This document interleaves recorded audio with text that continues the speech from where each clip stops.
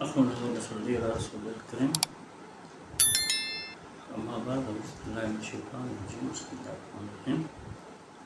سامعین ناظرین، آج یہ چھوٹا سا جو ویڈیو ہوگا یہ پاکستان ڈے کے حوالے سے 14 اگست کے حوالے سے کہ جس دن یہ ملک پریکٹیکلی مارز وجود میں آیا. یہ بات ذہن نشین کر لینی چاہیے کہ یہ کوئی اچانک یا حادثاتی ایسا معاملہ نہیں تھا. اس کے 2 فیزز آ جاتے ہیں. ایک فرسٹ فیز میں فریڈم موومنٹ تھی جس میں ہندو و مسلمان اور جتنی بھی کمیونٹیز تھیں ہندوستان میں انہوں نے جدوجہد کی مل کر مشترکہ طور پر کہ یہاں سے برٹشرز کو رخصت کر کے آزاد ہندوستان کی حکومت قائم کی جائے یا حکومتیں قائم کی جائے. تو یہ ایک یونائٹڈ اسٹرگل تھی. یہ اسٹرگل آپ دیکھیں 1857 کی جو وار آف انڈیپینڈنس تھی اس میں بھی کی ہندو مسلمانوں نے مل کر، جس میں بڑے بڑے نام ہیں، جنرل بخت ہے، رانی آف جھانسی ہے. اس کے علاوہ فریڈم فائٹرز، بڑے بڑے فریڈم فائٹرز تھے، ینگ لوگ تھے، بڑی عمر کے لوگ بھی تھے. گاندھی جی تھے، سورور بھی تھے، اور مولانا ابوالکلام آزاد اور اسپیشلی محمد علی جناح جن کو قائد اعظم کہا گیا، فاؤنڈر آف پاکستان. ان سب لوگوں کی اسٹرگل اور ان کی کوششیں، انہوں نے اپنی لائف اس کے لیے وقف کر رکھی تھی. اس میں ینگ لوگ بھی تھے جنہوں نے وطن پر شہادت پائی. جس طرح ادم سنگھ تھا جس نے ایک ظالم حکم جو تھا پنجاب کا ڈہر، اس کو جب اس نے قتل عام ادھر کرایا ہندوستان میں، جلیانوالہ باغ انسیڈنٹ جسے کہا جاتا ہے، بڑی ایک انتہا پر حکم ریزی کی گئی اور ارادتاً کی گئی. تو اس کو کیفر کردار پہنچانے تک اس کی ساری لائف گزر گئی ادم سنگھ کی. اسی طرح دوسرے ینگ لوگ تھے، کسی کی 23 سال عمر تھی، کسی کی 24 تھی. تو یہ سارا ایک اسٹرگل تھا. یہ آپ سے نشین کرنا چاہیے کہ بعض لوگ سڈن کوئی بات نہیں ہوتی ہے، سڈنلی کہہ دیتے ہیں کہ جی انگریز بڑے اچھے تھے. انگریز اپنے لیے اچھے ہوتے ہیں. کوئی بھی قوم جو ہے نا اپنے لوگوں کے لیے اچھی ہوتی ہے. جب آپ کو وہ غلام بنا لیتے ہیں تو پھر آپ کے لیے اچھے نہیں ہوتے ہیں.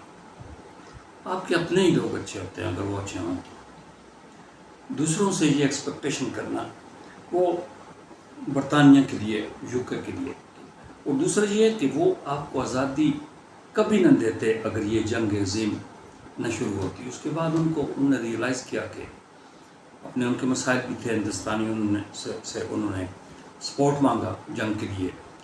تو ان کی افواج میں ہندوستان میں مسلم اکثریت میں تھے دوسرے کمیونٹی سے. ان نے تعاون کیا اور انہوں نے کمٹمنٹ کیا کہ ہم وار کے بعد ہندوستان آزاد کر دیں گے. اتنی بڑی کالونیز ابھی رکھ نہیں سکتے تھے. یہ ملکوں کی آزادی میں، ان کی غلامی میں، یہ انٹرنیشنل فیکٹرز بھی وہ بھی شامل ہوتے ہیں. یہ ٹوٹلی یہ نہیں ہوتا ہے کہ یہ کوئی بڑے اچھے لوگ ہیں اور یہ آپ کو آزادی دے دیں گے، ایسا نہیں ہوتا ہے. بڑی چیزیں شامل ہوتی ہیں اس میں. آپ وہ رکھ ہی نہیں سکتے تھے اپنی کالونیز جو تھیں.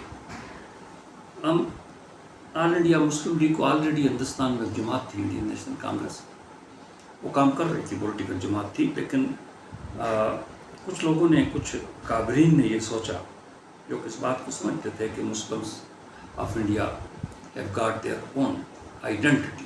تو اس آئیڈینٹی کو سامنے لانے کے لیے، اس کے لیے کام کرنے کے لیے 1906 میں ڈھاکہ میں آل انڈیا مسلم لیگ وجود میں آئی. یہ ڈھاکہ کے جو بنگال کے نواب سلیم اللہ تھے، اسی طرح دوسرے لوگ تھے، سر شفیع تھے. تو ان کی مشترکہ کاوشوں سے مسلم لیگ وجود میں آئی. اس کے بعد مختلف پروسیس سے یہ جو ہمارے 1930 میں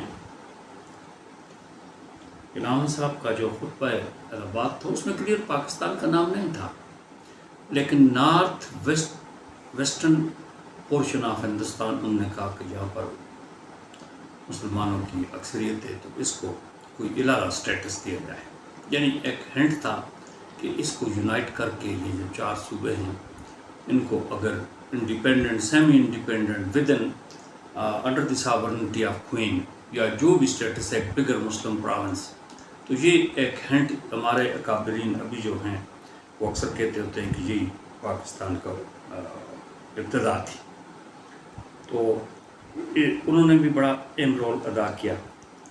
پھر اس کے بعد یہ سلسلہ چلتا رہا. قائد اعظم صاحب کی کوشش تھی، وہ کانگریس میں تھے پہلے، کہ ہندو مسلم یونٹی برقرار رہے. اسی وجہ سے ان کو ambassador of peace Umang Hindus and Muslim کہا جاتا تھا. اسپیشلی لکھنؤ جو پیکٹ ہوا، معاہدہ ہوا میثاق لکھنؤ، اس کے بعد ان کو ان کی پوزیشن، سیاسی پوزیشن بہت ایک امن پسند لیڈر کی حیثیت سے ہندوستان میں تسلیم کی گئی میثاق لکھنؤ کے بعد، کیونکہ کانگریس اور مسلم لیگ کا ان نے متحدہ اجلاس کرایا اور اس میں اپنے ڈیمانڈ جو تھے وہ انہوں نے پیش کیے. سیاسی حلقوں نے اسے بہت عام قرار دیا میثاق لکھنؤ کو.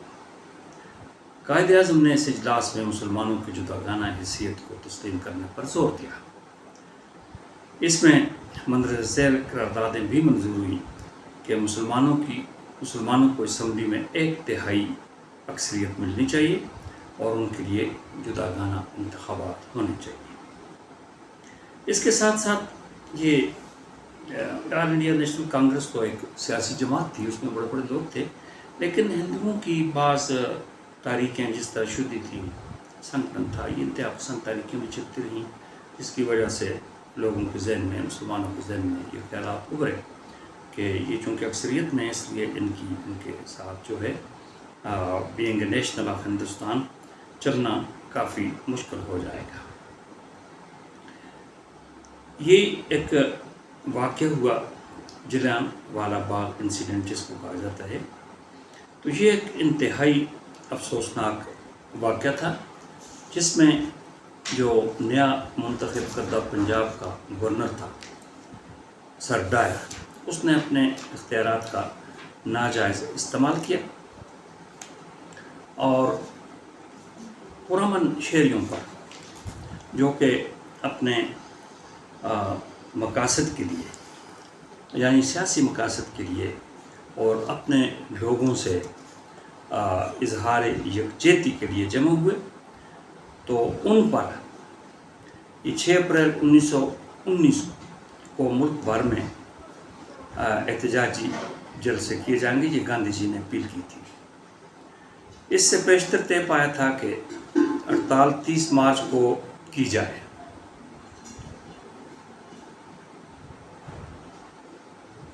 اس کی بروقت لوگوں کو اطلاع نہ پہنچ سکی، اس لیے دہلی کے لوگوں نے جزوی طور پر احتجاجاً ہڑتال کی اور جلسے منعقد کیے. اس پر انتظامیہ نے سختی کی اور پولیس نے انتظام کے لیے فوج کی بھی خدمات حاصل کی. کئی بلوے ہوئے پولیس اور فوج نے بلوائیوں پر گولی چلا دی، جس کے نتیجے میں کئی لوگ مارے گئے اور 20 زخمی ہوئے. گاندھی جی نے صورتحال میں لوگوں کو تشدد سے اجتناب کرنے اور ہنسا یعنی نان وائلنس کی انہوں نے پاسداری کے لیے تلقین کی. ہڑتال اور احتجاج کے لیے دوسری مقررہ تاریخ 16 اپریل 1919 کی تھی. یہ اس سے پہلے ہی 12 اپریل 1919 کو دن کا جو آغاز تھا وہ بڑا ٹینشن میں ہوتا، اور اسی دوران جنرل ڈائر کے سپرد کر دیا گیا پنجاب کے گورنر یا اس کے ایڈمنسٹریٹر مقرر ہوئے، اور انہوں نے ہر جگہ فورسز تعینات کرنے کا حکم دے دیا. جنرل ڈائر کی آمد سے پیشتر امرتسر کے شہریوں نے جلیانوالہ باغ میں 13 اپریل کو عظیم الشان جلسہ منعقد کرنے کا اعلان کیا.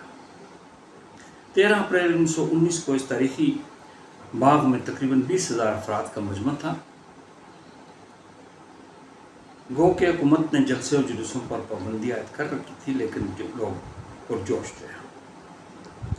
جنرل ڈائر نے لوگوں کے اس سیلاب پر قابو پانے کے لیے اپنے فوجیوں سپاہیوں سے سارے باغ کو نرغے میں لے کر ایک طرح سے لوگوں کو مقید کر دیا، یعنی اس کے دروازے بند کر دیے تھے. یہ 4 دیواری تھی بہت بڑی، یہاں پر بڑا ظلم ہوا اور تقریباً 379 افراد لقمہ اجل بن گئے، بھاگ بھی نہیں سکتے. تھے, گیٹ اس کے بند کر دیا, ہزاروں لوگ زخمی ہوئے.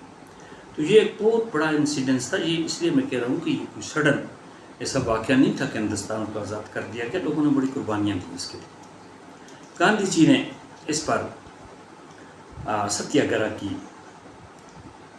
تاریخ ختم کرنے کا اعلان کر دیا کیونکہ بہت بڑی کرن ہو چکی تھی. اس کے بعد اور دہلی تجاویز پیش کی گئیں. Simon commission, Nehru report, Delhi تجاویز گورنمنٹ کی طرف سے, نہرو رپورٹ نہرو صاحب کی طرف سے, پنڈت جواہر لال نہرو. پھر قائد کے 14 نکات تھے. یہ ایکچولی یہ نہرو رپورٹ میں انہوں نے جو مسلمانوں کا بڑا ڈیمانڈ تھا, جو قائد اعظم ہمیشہ اس کو آگے لاتے تھے, وہ یہ تھا کہ سینٹرل اسمبلی میں مسلمانوں کی اختیاری اکثریت ہونی چاہیے اور سینٹرل کیبنٹ میں بھی 1/3 مسلم اس میں منسٹرز لینے چاہیے. یہ اس بات کو نہیں مان رہے تھے. اور دوسرا ایک جو بڑی سوچ تھی اور فکر تھا کہ آل انڈیا نیشنل لیڈر, کانگریس کے لیڈرز اور پھر گاندھی جی جیسے ایک عظیم شخص, وہ مسلمانوں کی جداگانہ حیثیت کو تسلیم نہیں کرتا تھا. وہ کہتے تھے آل انڈینز ہیں, سارے ہندوستانی ہیں, اور آل انڈیا نیشنل کانگریس ہندوستانیوں کے لیے جدوجہد کرتی رہی اور پھر بھی کری. یہ ایک تھیوری تھی ان کے نزدیک. مسلم لیڈروں کے نزدیک یہ تھیوری, خاص کر قائد اعظم کے نزدیک یہ تھیوری ایکسیپٹیبل نہیں تھی, کیونکہ یہ ایک بہت بڑی میجارٹی تھی ہندوؤں کی, اور سب سے بڑی مائنارٹی جو تھی وہ مسلمس تھی. انہوں نے اس پر زور دیا کہ مسلمس کے لیے کوئی جداگانہ ٹائپ, پہلے انہوں نے پاکستان کا مطالبہ نہیں کیا, وہ ود ان انڈیا کانسٹیٹیوشن جو بننا تھا اسی میں اس کا مطالبہ کرتے رہے اپنے ڈیمانڈ کا, لیکن یہ نہیں مانیں گے. یہ ایکچولی ایک تو جناح صاحب کی اپنی پرسنالٹی تھی, ان کی قابلیت تھی, جس سے پولیٹیکل لوگ کافی حد تک جیلس تھے. یہ کسی موقع پر گاندھی جی نے بھی اقرار کیا تھا کہ میں نے جب پنڈت جواہر لال نہرو کو کہا کہ مسٹر جناح کو لوز نہیں کرنا ہے, ہم نے, یہ بہت بڑی شخصیت ہیں اور بہت قابل آدمی ہیں, ان کو لوز نہ کریں, ان کو پرائم منسٹر آپ بنا دیں, اور جو یہ ڈیمانڈ کر رہے ہیں تو کافی حد تک ان کو مان لیں, لیکن ان کو لوز نہ کریں, کیونکہ اس آدمی ہمیں پھر دوبارہ. لیکن یہ جو کانگریس کے لیڈر تھے, پنڈت صاحب اور سردار پٹیل وغیرہ, جی گاندھی جی کے بھی اتنے کوئی اچھے فالوور نہیں تھے, تو انہوں نے ان کی بات نہیں سنی.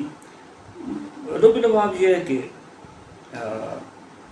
they were forced, Muslims were forced to demand their own homeland. Homelands are homeland. تو پھر قرارداد پاکستان مسلم لیگ کے اجلاسوں کے بعد فائنلی اس کی صدارت قائد اعظم صاحب نے کی. لاہور میں ایک قرارداد پاس ہوئی جو کہ ایک بڑی عظیم شخصیت یعنی اے کے فضل حق, جو کہ بنگال کے وزیر اعظم تھے اس وقت, متحدہ بنگال تھا, انہوں نے قرارداد لاہور پاس کی. تو انڈین پریس نے اسے, خاص کر ہندو پریس نے اسے قرارداد پاکستان کا نام دیا, تو پھر قرارداد پاکستانی بن گئی. اس کی روح سے in the north western part of Hindustan and north eastern part, یعنی یہ جو ہمارا پریزنٹ پاکستان ہے 4 صوبے, اور north eastern portion of India یعنی آسام اور ایسٹ بنگال پر مشتمل, یہ 2 ریاستوں کا ذکر تھا اس میں. 2 اسٹیٹس کہا گیا, اسٹیٹ میں کہا گیا, یعنی مسلم 2 ریاستوں کا وجود عمل میں آنا تھا ان کے مطابق. اس کے بعد اور برٹشرز آفیسر آئے اور تجاویز بھی پیش کی, جنہیں آزمائشی تجاویز کہا جاتا ہے, جن کی قائد اعظم صاحب نے فیور نہیں کی. تو مین وائل چودھری رحمت علی جو کہ ایک اسٹوڈنٹ تھے, تو انہوں نے پاکستان کا نام تجویز کیا, جس کو ویلکم کیا گیا. اسی طرح یہ سلسلہ 74 رہا, یہ جدوجہد چلتی رہی, اور مسلم لیگ کا مدراس کا جو اجلاس تھا 12 سے 18 اپریل تک 1941 میں, یہ نہایت اہم اجلاس تھا, اور اس میں مسلم لیگی لیڈروں نے اپنے موقف کو واضح کیا کہ what they want and why they want so. کہ ایسی کوئی بات نہیں تھی کہ یہ خواہ مخواہ ایسی کوئی بات کر رہے تھے. With reasons they explained the purpose of their claiming the separate identity for the Muslims of Hindustan. اس اجلاس میں قائد اعظم نے مسلم لیگ کے گزشتہ 5 سال کے کردار پر روشنی ڈالی اور مسلم لیگ کے آئندہ کردار کی وضاحت کی. الہٰباد کے اس اجلاس میں شرکاء کی تعداد قریباً 1 لاکھ تھی. یہ بہت بڑی تعداد تھی. جناح صاحب نے یہاں پر ایک نہایت پرمغز اور سنجیدہ تقریر کی اور ایک زیرک نظر و انتہا درجے کے باخبر سیاستدان تھے. وہ ہندوؤں اور ہندو لیڈروں کی سیاسی چالوں سے بخوبی آگاہ تھے اور انہیں مسلم لیگ کے حامیوں کے بارے میں پورا علم تھا. آخر میں نے کہا کہ مجھے اجازت دیجیے کہ میں جو محسوس کرتا ہوں اسے الفاظ میں بیان کروں کہ مسلم لیگ کیا چاہتی ہے. مسلم لیگ صرف یہی چاہتی ہے کہ ہم شمال مغربی اور مشرقی زونوں میں خود مختار ریاستوں کا مطالبہ کرتے ہیں. خود مختار ریاستوں کا یہاں پر کہا گیا, یعنی ابھی جو بنگلہ دیش ہے اور پریزنٹ پاکستان, یہ 2 ریاستیں اس وقت انہوں نے کہہ دیا تھا. یہ بعد میں ود ریزنس ایک ہی ریاست بنی اور پھر اس کے بہت بعد میں 23 سال بعد پھر دوسری ریاست انڈیپینڈنٹ بن گئی بنگلہ دیش. یہ ایک پروسیس تھا. پھر کانگریس کی تاریخ چلی.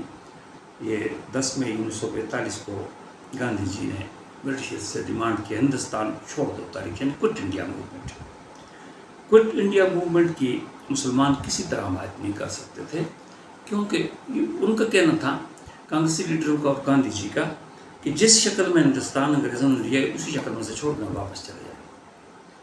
لیکن مسلم لیگ کا یہ ماٹر نہیں تھا. وہ کہتے کہ ڈیوائڈ اینڈ کوئٹ, یعنی پہلے سے تقسیم کریں, جس طرح بار بار ہم کہہ چکے کہ قرارداد ہم نے منظور کر لی, سب کچھ کر لیا, and then quit, do not quit without dividing. تو یہ ان کا اپنی پالیسی تھی گاندھی جی کی. ان کے نزدیک گاندھی جی کی اور ہندو جو لیڈر تھے پولیٹیکل, گاندھی جی دیکھیں پولیٹیکل بھی تھے اور پھر ہیومن رائٹس کے لیڈر تھے, بڑے آدمی تھے. ان کا یہ کہنا تھا کہ ہندوستان ایک اکائی ہے جو صدیوں سے چلا رہا ہے اور اس کی حیثیت مدر بھارت. ہر ایک آدمی کے لیے اپنی لینڈ مدر ہی ہوتی ہے. تو یہ مدر بھارت کے ان کے مطابق یہ ٹکڑے کرنا جو تھا, یہ مدر کاؤ کے, کاؤ بھی مدر ہے ہندو ریلیجن میں. تو وہ کہتے ہیں کہ یہ کاؤ کے مدر جو ہے گائے ہے مدر, یہ اس کے ٹکڑے کرنے کے مترادف ہے.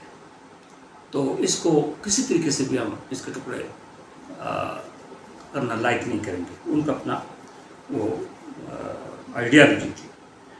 16 اگست 1942 کو مسلم لیگ کی ورکنگ کمیٹی کا ایک اجلاس ممبئی میں ہوا. آل انڈیا مسلم لیگ کی ورکنگ کمیٹی, اس میں کہا گیا ورکنگ کمیٹی ملک کی موجودہ سیاسی صورتحال پر گہری تشویش کا اظہار کرتی ہے. دریں اثنا کانگریس کمیٹی کی ہندوستان چھوڑ دو تاریخ کی تائید و حمایت ایک کھلا ڈاکہ زنی ہے.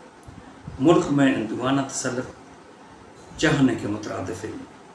اب اس نے قانون شکنی کا وتیرہ کہ بار بار یہ کر رہی, تو یہ قانون شکنی ایک طرح سے. 16 سے 20 اگست 1942 کو بمبئی میں آل انڈیا مسلم لیگ کی مجلس عاملہ کے اجلاس منعقد ہوئے. اس اجلاس میں مطالبہ کیا گیا کہ مسلمانوں کو ان کے حق کے خود ارادیت کی ضمانت فراہم کی جائے. یہ بڑا اہم اجلاس تھا اور برطانوی حکومت کو چاہیے کہ مسلمانوں کی قرارداد لاہور جس میں پاکستان اسکیم بیان کی گئی ہے کو عملی جامہ پہنانے کے لیے ہندوستان میں کسی بہتر آئین کا نفاذ کرے. اس اجلاس میں مسلمانوں نے بر صغیر میں مسلمانوں کے علیحدہ وطن کی قیام کی جانب اقوام عالم کی توجہ بھی مبذول کرائی. یہ بہت اہم پوائنٹ ہے. دریں اثنا ہندوستان کے حالات میں بڑی تیزی کے ساتھ چند ایک تبدیلیاں رونما ہوئی. مثلاً بنگال میں تاریخ کا سب سے بڑا قحط واقع ہوا. اس دور میں خوش قسمتی سے بنگال میں مسلم لیگ کی وزارت قائم ہو گئی. اس کے ساتھ ہی ہندوستان کے نئے وائسرائے لارڈ ویور نے چارج سنبھال لیا. 10 اکتوبر 1942 کو سندھ میں بھی مسلم لیگ کی وزارت قائم ہو گئی. 13 ستمبر 1942 کو قائد اعظم محمد علی جناح نے دہلی میں پریس کانفرنس کے دوران میں اپنی تقریر میں کہا کہ مسلمانوں کے ساتھ کسی طرح کے تفصیل یا اطمینان بخش حل کے لیے ضروری ہے کہ کوئی ایسا حل تلاش کیا جائے جو تمام جماعتوں کے لیے قابل قبول ہو. جہاں تک کانگریس کے مطالبات کا تعلق ہے, اس ضمن میں برطانوی وزیر اعظم نے بھی اپنی تقریر میں واضح کر دیا تھا کہ کانگریس ہندوستان کے تمام لوگوں کی جماعت ہرگز نہیں ہے. اور 9 کروڑ مسلمان بھی کانگریس کے کسی فیصلے کو ماننے کے لیے تیار نہیں ہیں. اس وقت 9 کروڑ تھے. اس طرح سے یہ سلسلہ چلتا رہا کہ قائد اعظم قومی حکومت کے قیام اور پروویژنل حکومت کے بارے میں بھی اپنی رائے کا انہوں نے اظہار کر دیا. پروویژنل سیٹ اپ یہ چاہتے تھے کہ ہو جائے جس میں ہندو مسلمان کانگریس مسلم لیگ یہ سارے شامل ہو جائیں. تو جون اور جولائی 1943 کے مہینوں میں قائد اعظم محمد علی جناح نے صوبہ بلوچستان کا بھرپور دورہ کیا. یہ بیمار بھی تھے، ویک تھے، لیکن انتہائی ایکٹیو تھے اور بہترین ٹائم پر ایکٹیو تھے. اس دورے کے دوران انہوں نے بلوچستان کے مختلف وفود سے ملاقات کی اور ان سے سیاسی مسائل پر دوستانہ ماحول میں بات کی. پھر اس کے بعد وائسرائے ہند کی ملاقاتیں ہیں مختلف کمیونٹیز کے لیڈروں سے. پھر شملہ کانفرنس ہے. سب کے ڈیٹیل میں نہیں جا سکتے ہیں کیونکہ یہ 15-20 منٹ کا ولاگ ہوتا ہے اور یہ تو پوری ہسٹری بیان کرنی ہے، اس میں تو کتنے ہفتے لگ جاتے ہیں. ہندوستان میں مسلمانوں کے انتخابی منشور کیا تھا کہ ہندوستان کے مسلمان ایک قوم ہیں اور پاکستان ہی ہندوستان کے تمام مسلمانوں کو دانشمندانہ حل ہے. اس کے برخلاف کانگریس نے اپنے انتخابی منشور میں آگے انتخاب جو 1945 دسمبر سے لے کر فروری اس تک ہوا 46 تک اس کی بات ہو رہی ہے. کانگریس نے انتخابی منشور میں اس کے برعکس اعلان کیا کہ کانگریس ہندوستان کے تمام لوگوں کی نمائندگی کرتی ہے اور ہندوستان ایک غیر منقسم اکائی رہے گا جس طرح پہلے تھا. صوبائی انتخابات ہوئے 22 فروری 1946 کو، جس میں مسلمانوں نے مسلم سیٹوں کی اکثریت پر قبضہ کر دیا. جس طرح بنگال میں 113 سیٹیں تھیں، پنجاب میں 79، آسام میں 31، اسی طرح علاحظ القیاس باقی صوبوں میں. مسلم لیگ نے ہر صوبے میں خاطر خواہ واضح اکثریت حاصل کر لی ان انتخابات میں. پھر کیبنٹ مشن ہے. یہ 11 ستمبر 1945 سے جنگ عظیم دوم ختم ہو چکی تھی، اس لیے ہندوستان کے امور کو حتمی طور پر حل کرنے کے لیے حکومت برطانیہ نے 19 فروری 1947 کو اعلان کیا کہ قریب کابینہ کے 3 رکنی وفد یعنی برٹش کابینہ کا ہندوستان بھیجا جائے گا. کابینہ مشن بھی کامیاب نہیں ہوا اپنے مقاصد میں، اور بات وہی رہی کہ ہندوستان کو تقسیم کیا جائے. اور اس میں پھر لیجسلیٹو کنونشن ہوا. منتخب رہنماؤں اور ممبران کے اس کنونشن کی افتتاحی تقریر میں جناح صاحب نے مسلمانوں کے نسب بین پاکستان کا اظہار کیا، لیکن اس کے برعکس کانگریس کی خواہش تھی کہ ہندو مسلم تفصیل کا حل کیے بغیر ہندوستان کو آزادی مل جائے اور اس مقصد کے لیے عبوری حکومت قائم ہو جائے. قائد اعظم صاحب نے اس موقف سے اختلاف فرمایا اور انہوں نے کہا کہ اگر کسی ایسی تجویز کو بالفرض مان لیا جاتا ہے تو یقین مانیے ایسی حکومت 48 گھنٹوں سے زیادہ نہیں رہ سکے گی. بعض صوبوں میں مسلمانوں کی اکثریت کے باوجود ہندو کانگریس اپنی منمانیاں کرتی رہی. کسی طرح بھی صوبائی اسمبلیوں کے مسلم لیگ کے نمائندے یہ واضح کرتے ہیں اس کنونشن میں موجود جس میں کہا گیا کہ وہ کسی طرح متحدہ آئینی منصوبے میں شرکت نہیں کریں گے. متحدہ آئینی یعنی سپریٹ آئین آپ بنائیں جو مسلم مملکت بنیں گی یا مملکتیں بنیں گی. ہندوستان اور پاکستان کے لیے 2 جداگانہ آئین سازی کی مجالس بنا دی جائیں. اس کے علاوہ یہ کنونشن یہ واضح کرتا ہے کہ ان حالات میں اگر کسی طرح کی کوئی متحدہ ہندوستان کی اسکیم یا مرکز میں کسی عبوری حکومت کے قیام کو زبردستی ٹھونسنے کی کوشش کی تو مسلمانوں کے لیے اس کے سوا کوئی چارہ نہیں ہوگا کہ وہ اس کے خلاف مزاحمت کریں. کابینہ مشن کی آئینی سفارشات میں جو بڑی بڑی باتیں تھیں وہ کیا تھیں؟ کل ہند یونین اور گروپوں کا آئین. صوبوں کی گروپنگ تھی 3 گروپیں. مجلس مقننہ کے ممبران کی اکثریت حمایت سے بنایا جائے، اکثریتی حمایت سے، اور یہ آئین 10 سال کے عرصے تک یعنی 10 سال ایک آئین چلتا رہے. اس دوران میں اگر ایک گروپ کو یہ اختیار حاصل ہے صوبوں کو کہ ایک گروپ سے نکل کر دوسرے گروپ میں جا سکتے ہیں. 3 گروپ تھے. یہ 3 گروپ کون سے تھے؟ صوبوں کے 3 group Madras, Bombay, U P, C P, Bihar, Orissa, Punjab, اور پھر صوبہ سرحد و سندھ دوسرا، اور تیسرا بنگال اور آسام. تو اس میں کہا گیا کہ اگر 10 سال کے بعد ان صوبوں میں کوئی صوبہ دوسرے گروپ میں جانا چاہتا ہے تو وہ ایسا کر سکتا ہے. 22 مئی 1947 کو کابینہ مشن کی تجویز کے بارے میں جناح صاحب نے فرمایا میں بڑے افسوس کے ساتھ اس امر کا اظہار کرتا ہوں کہ کابینہ مشن نے مسلمانوں کے اس مطالبے کو ٹھکرا دیا ہے جس کے تحت وہ اپنی خود مختار سلطنت قائم کرنا چاہتے ہیں۔ ہمارا خیال ہے کہ پاکستان کا قیام ہی اس بر صغیر کی سلامتی اور دو بڑی قوموں کی فلاح و بہبود کا ضامن ہے۔ کابینہ مشن نے جو رویہ اختیار کیا ہے وہ مسلمانوں کے احساسات کو مجروح کرنے والا ہے۔ پھر عبوری حکومت بنی 3 جون اور 6 جون 1946 کو مسلم لیگ کی ورکنگ کمیٹی اور کونسل کے اجلاس منعقد ہوئے۔ ان اجلاسوں میں مسلم لیگ نے کابینہ مشن کی آئینی تجویز کا بڑی زیرک نظری سے جائزہ لیا۔ پھر مسلم لیگ نے اعلان کیا کہ کابینہ مشن کی تجاویز کو مشروط طور پر مان لینے کے لیے تیار ہے۔ اس کے ساتھ ہی مسلمان نے جداگانہ خود مختار حکومت پاکستان قائم نہ کرنے پر احتجاج کیا۔ 16 جون 1946 کو وائسرائے ہند نے اس امر کا اظہار کیا کہ کابینہ مشن کی سفارشات کے حوالے سے ایگزیکٹو کونسل کی تشکیل نو کرنا چاہتے ہیں، اور اس کونسل میں ہند کانگریس کے 5 نشستیں، کانگریس شیڈول کاسٹ کے لیے 1 نشست، مسلم لیگ کے لیے 5، یعنی مسلمانوں اور کانگریس کی نشستیں برابر تھیں، اور اقلیتوں کے لیے 3 نشستیں، یعنی 1 نشست پارسیوں کے لیے، 1 عیسائیوں کے لیے، 1 نشست سکھوں کے لیے مخصوص کی گئی ہے عبوری حکومت کے لیے۔ عبوری حکومت میں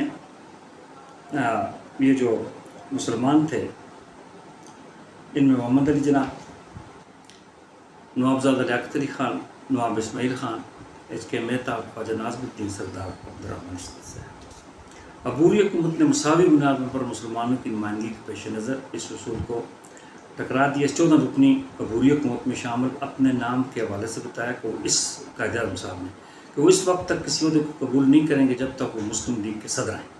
دوسری جانب کانگریس نے عبوری حکومت میں مساوی بنیادوں پر مسلمانوں کی نمائندگی کے پیش نظر اس اصول کو ٹکرا دیا، یعنی کیبنٹ مشن بھی ناکام ہو گیا۔ اس دوران فسادات شروع ہو گئے بنگال میں، جس میں 5000 افراد مارے گئے۔ قائد اعظم اور گاندھی کے درمیان یہ طے پایا کہ مسلم لیگ مسلمانوں کی واحد جماعت ہے۔ اب وہ ایگری ہوئی۔ 2 ستمبر 1947 کو انہی خون آشام فسادات کے دوران وائسرائے ہند نے اعلان کیا کہ اگر ممکن ہو تو منتخب نمائندگان 2 ستمبر 1947 کو اپنا چارج سنبھال لیں۔ اسی دوران میں نواب آف بھوپال نے کوشش کی کہ قائد اعظم اور گاندھی جی کے درمیان کوئی فارمولہ طے پائے۔ مسلم لیگ کے تمام رہنماؤں کے دل میں نواب آف بھوپال کی بے حد عزت اور احترام تھا۔ قائد اعظم اور گاندھی کے درمیان یہ طے پایا کہ مسلم لیگ ہی مسلمانوں کی واحد نمائندہ جماعت ہے، لیکن بعد میں اس تفصیل کو کانگریس اور نہرو نے ٹکرا دیا، یعنی جو گاندھی جی اور قائد اعظم کے درمیان طے پائے تو وہ ٹکرا دیا۔ ہندوستان کی مخلوق عبوری حکومت کے قیام کا اعلان جب ہوا تو اس میں مسلم لیگ کے نمائندوں کو درج ذیل 5 محکمے دیے گئے: لیاقت علی خان خزانہ، آئی چندری گڑھ تجارت، سردار عبدالرحمن نشتر ڈاک اور فضائیہ، راجہ غضنفر علی خان سید، جوگندر ناتھ منڈل جو پاکستان میں تھے، قانون سازی کے امور۔ یہ سلسلہ اب چلتا رہا۔ فائنلی واٹ ہیپنڈ، برطانوی وزیر اعظم ایٹلی نے دارالعلوم میں اپنی حکومت کی جانب سے اس قطعی عزم کا اعلان کیا کہ جون 1948 سے پہلے اہل ہند کو ہندوستان کے انتقال اقتدار کے لیے تمام انتظامات کر لیے جائیں گے۔ برطانوی وزیر اعظم نے اپنے بیان میں لارڈ ویور کی جگہ ہندوستان میں لارڈ ماؤنٹ بیٹن کے تقرر کا اعلان کیا۔ وہ مارچ 1947 میں اپنا چارج سنبھال لیں گے۔ تقسیم ملک کا منصوبہ۔ جب تقسیم ملک کا کام کا آغاز ہوا تو مسلم لیگ کی جانب سے قائد اعظم محمد علی جناح اور کانگریس کی جانب سے گاندھی جی نے فسادات کے خاتمے کے لیے ایک مشترکہ اپیل کی۔ اس اپیل پر مشتمل اشتہار ہوائی جہازوں کے ذریعے مختلف علاقوں میں پھینکوائے گئے۔ بنگال اور پنجاب جہاں پر مسلمانوں کی واضح اکثریت ہے، ایسے فسادات وہاں پر یہ اکثر فسادات پنجاب اور بنگال میں کے ختم ہونے چاہیے۔ 1 مئی 1947 کو کانگریس نے اصولی طور پر تقسیم کے منصوبے کو تسلیم کر دیا تھا، کیونکہ اس کے علاوہ ان کے پاس کوئی چارہ نہ تھا۔ تقسیم ملک کے منصوبے پر بڑی تیز رفتاری کے ساتھ کام جاری تھا۔ لارڈ ماؤنٹ بیٹن نے جب اپنے طور پر تقسیم ملک کا جائزہ لیا تو اس نے تقسیم ملک اور انتخابات کا ایک منصوبہ بنا کر ذاتی طور پر لندن سے حتمی منظوری کے لیے بھجوا دیا، اور پھر 10 مئی 1947 کو یہ منصوبہ لندن میں پیش کر دیا گیا۔ اس منصوبے کی جلد ہی منظوری ہو گئی۔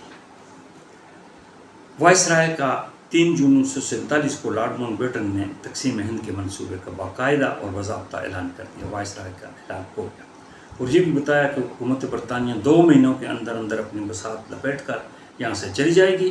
اس ضمن میں جو اعلان کیا گیا اس کا خلاصہ یوں ہے: ہندوستان میں کوئی آئین ترتیب دینے کے سلسلے میں ہز میجسٹی گورنمنٹ نے کابینہ مشن کے حوالے سے جو کوششیں کی وہ ناکام رہی، کیونکہ مسلم لیگ کسی مشترکہ حکومت میں شرکت کے لیے ہرگز تیار نہیں تھی۔ لہٰذا حکومت برطانیہ کی ایما پر اس کے اعلان کے مطابق حکومت برطانیہ جون 1948 سے پہلے ہندوستان سے تمام اختیارات ہندوستانیوں کو سونپ کر یہاں سے چلی جائے گی۔ اس حوالے سے متعدد صوبوں میں اختیارات کی منتقلی کا کام شروع ہو گیا ہے۔ مدراس، بہار، بمبئی صوبہ جات مرکزی اور آسام، اڑیسہ صوبہ سرحد وغیرہ میں سمن میں خاطر خواہ کام ہو چکا ہے۔ ہز میجسٹی کی خواہش ہے کہ تمام اختیارات ہندوستان کے لوگوں کی خواہشات کے مطابق انہیں منتقل کر دیے جائیں۔ براعظم کے تمام سیاسی رہنماؤں سے بات چیت کرنے کے بعد یہ نتیجہ اخذ کر لیا گیا ہے کہ ہندوستان کو تقسیم کر دیا جائے۔ اس لیے برطانوی حکومت کا یہ کوئی جبر نہیں کہ کسی متحدہ ہندوستان کا آئین بنائے۔ باؤنڈری کمیشن پھر مقرر کیا گیا، تو اس کے تحت باؤنڈریز کا تعین کیا گیا، کچھ اس سے متنازع رہی۔ قائد اعظم محمد علی جناح نے ریڈیائی نشریات میں فرمایا کہ یہ پہلا موقع ہے کہ ان کو غیر سرکاری حیثیت سے خیالات کے اظہار کا موقع ریڈیو پر دیا گیا ہے۔ پھر یہ قرار دیا گیا کہ صوبہ سرحد میں اور سلٹ میں ریفرنڈم ہوگا۔ ان دونوں ریفرنڈم میں پاکستان کے حق میں ووٹ دیا گیا۔ اس دوران میں بلوچستان کے بارے میں اعلان کیا گیا کہ وہاں کا شاہی جرگہ اور میونسپل کمیٹی کے ارکان یہ فیصلہ کریں گے کہ بلوچستان پاکستان میں شریک ہوگا یا ہندوستان میں۔ جلد یہ فیصلہ ہو گیا کہ بلوچستان پاکستان میں شریک ہوگا۔ 6 جون 1947 کو محمد علی جناح نے نوزائیدہ مملکت کے لیے پاکستان فنڈ قائم کر دیا، جس کے لیے لوگوں سے اپیل کی گئی کہ وہ دل کھول کر اس فنڈ میں حصہ لیں۔ 20 جون 1947 کو بنگال کی مجلس قانون ساز نے بنگال کی تقسیم کے اصول کو تسلیم کر دیا۔ اس طرح 23 جون 1947 کو پنجاب کی مجلس قانون ساز نے بھی پنجاب کی تقسیم یعنی ویسٹ پنجاب اور ایسٹ پاکستان والا پنجاب اور انڈیا والا پنجاب اس کو تسلیم کر دیا گیا۔ ریاستوں کو اختیار دیا گیا کہ جس ملک کے ساتھ ملنا چاہیں مل لیں۔ وہ قانون جس کے تحت ہز میجسٹی گورنمنٹ نے ہندوستان کی آزادی دینی تھی، اس کی نقلیں قبل از وقت ہندوستانی لیڈروں کو 2 جولائی 1947 کو فراہم کر دی گئیں۔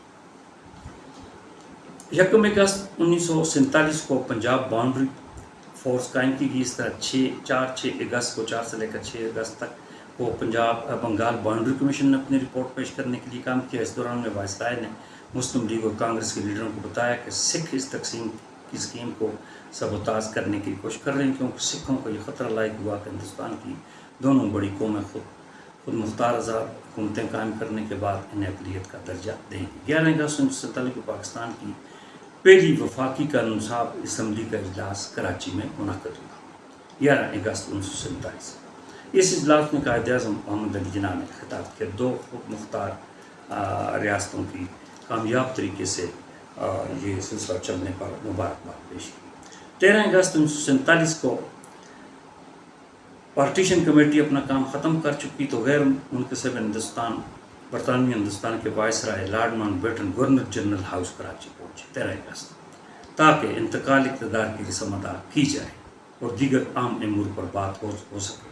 اس موقع پر محمد علی جناح نے قائد اعظم صاحب نے وائسرائے ہند کا پرتپاک استقبال کیا اور بہترین الفاظ میں ان کی کارکردگی سراغ فرمایا کہ کسی ملک کو اس طرح رضاکارانہ طور پر آزادی دینا اور اختیارات سونپنا تاریخ میں اس کی مثال ملنا مشکل ہے۔ 14 اگست 1947 کو ماؤنٹ بیٹن نے پاکستان کی پہلی آئین ساز اسمبلی میں کراچی سندھ کی عمارت میں خطاب کیا۔ اس خطاب میں ماؤنٹ بیٹن نے کہا کہ اتفاق کی بات ہے کہ آج میں آپ لوگوں سے آپ کے وائسرائے کی حیثیت سے مخاطب ہوں۔ کل حکومت پاکستان کی باغ ڈور آپ کے ہاتھوں میں ہوگی اور میں آئینی طور پر کل سے آپ کے پڑوسی ملک ہندوستان کا سربراہ بنوں گا۔ تو دوسرے دن وہ ہندوستان چلے گئے وہاں کی آزادی کی تقریب میں، اور انڈین نیشنل کانگریس کے لیڈروں نے انہیں ہی اپنا گورنر جنرل چنا۔ اس لیے انہوں نے کہا کہ میں آپ سے چلا جاؤں گا، آپ تو اپنا گورنر جنرل ہوگا اور میں آپ کے پڑوسی ملک ہندوستان کا گورنر جنرل۔ اس طرح ایک لمبی جدوجہد کے بعد اور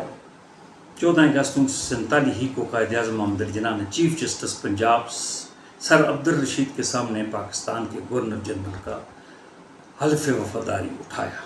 اس کے بعد قائد اعظم محمد علی جناح نے ایک بیان پر مسلمانان ہند کو اس عظیم کامیابی پر یوں فرمایا کہ میرے تمام تر احساسات اور جذبات اور ہمدردیاں ان بہادر اور جفاکش لوگوں کے ساتھ ہیں کہ جنہوں نے بے پناہ قربانیاں دے کر یہ ملک حاصل کیا اور انہی کے دم قدم سے پاکستان معرض وجود میں آیا ہے۔ 13 اور 14 اگست 1947 کی رات ریڈیو پاکستان لاہور سے پہلی بار پاکستان کا اعلان کر دیا گیا۔ پاکستان کا یہ تاریخی اعلان مشہور اناؤنسر شکیل احمد نے اپنی باوقار اور نہایت پرزور خوشگوار آواز میں کیا۔ اس طرح پاکستان کو، جس میں مشرقی پاکستان یعنی بنگال کا ایریا اور مغربی پاکستان 4 صوبے شامل تھے، یہ ایک آزاد پاکستان، آزاد مملکت کی حیثیت سے دنیا میں وجود میں آیا، اور لمبی قربانیوں کے بعد ایک مٹ اور انتہائی کٹھن مشکلات کے بعد، جس میں ان کا ایک کا تذکرہ، ایک ٹاپک ہے بہت لمبا، جس میں کالا پانی میں ہندوستانیوں کا یعنی ہندوستان کے لوگوں کا قید کیا جانا، جس میں 1857 کی جنگ آزادی کے بعد شاہی لوگوں کا، بہادر شاہ ظفر بادشاہ کے جلوس میں شہزادوں کا قتل کیا جانا، کتنی ہی ایسی داستانیں ہیں۔ پھر جس طرح میں نے کہا کہ سر ڈائر کی گلہوارہ باغ میں فائرنگ، اور پھر حریت پسندوں کا یعنی آزادی پسندوں کا ڈائر کی تلاش میں، اور دوسرے سلسلوں میں نوجوان لوگوں کی قربانیاں، جس پر ان کو پھانسیوں کی سزا دی گئی، ان کو قتل کیا گیا۔ یہ ایک لمبی جدوجہد تھی۔ اس کا ہر ایک ٹاپک بذات خود ایک بہت لمبا ٹاپک ہے، جس کو ہم اس مختصر ولاگ میں کور نہیں کر سکتے۔ تو یہ جو کچھ تھوڑا بہت جو میں نے یہ آپ کے سامنے پیش کیا، یہ انتہائی بریف ہے، تو اس کو آپ دیکھ لیں اور سن لیں۔ اگر آپ کو پسند آئے تو اسے سبسکرائب کر لیں۔ تھینکس اے لاٹ۔